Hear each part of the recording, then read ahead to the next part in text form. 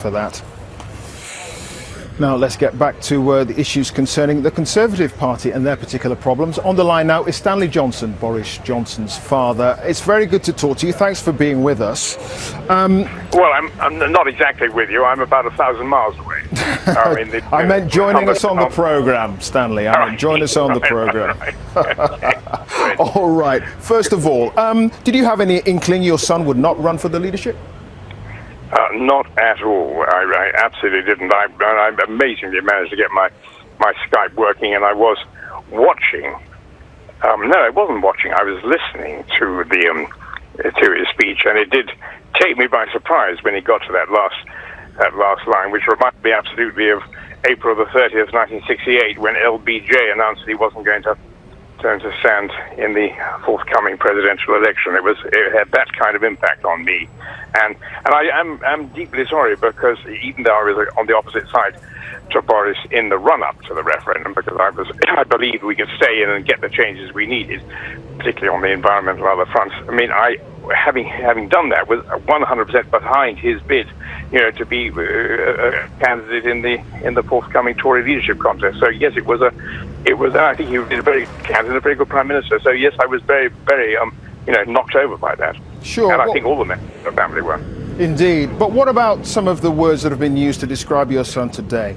No attention to detail. As I say, I'm rather. Well, I missed what you said. Let's say that again. I'm sorry. What about some of the words that have been directed at your son today? A lack of attention to detail, lack of leadership skills, not able to build a team. What do you think of that? You could conceivably be quoting. I'm not sure Michael Gove. Indeed. I don't want to say a great deal about Michael at this point. I did earlier today. 3 words came to mind, and I'll say them to you again. It's too brute were the words which came to my mind, and I think that the least said on that front, perhaps the better now. Tempers need to cool. Okay. Have you spoken to your son since his decision? No, No, I haven't. I've exchanged messages. No, not wrong. I've sent messages, and obviously I've heard from members of the family. But listen, the main point is this: we are where we are. There will be very good candidates coming forward on the Conservative Party side, and all of them know. I'm not sure if you can still hear me. Can you still hear me? Yes, Mr. Johnson, I can still hear you. Yes.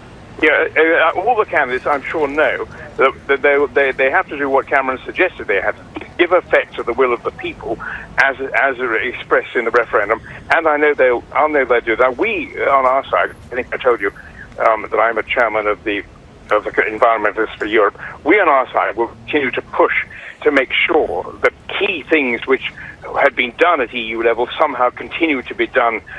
If in a Brexit situation, I'm talking about all the environmental engagements we have, but there are others out there who will press on other things, and in particular, those who really believed that the Brexit meant what they said about immigration will be pushing the Conservative candidate to make sure he or she does not lightly trade the ability to control and reduce the current numbers.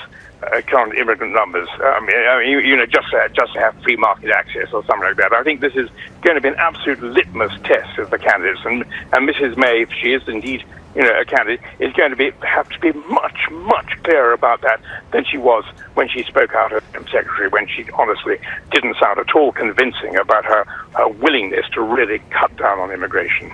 Okay, Stanley Johnson, thank you very much indeed for joining us, albeit from a few thousand miles away. It's good to talk to you. Thank you. Pleasure. Hey, thank you so much.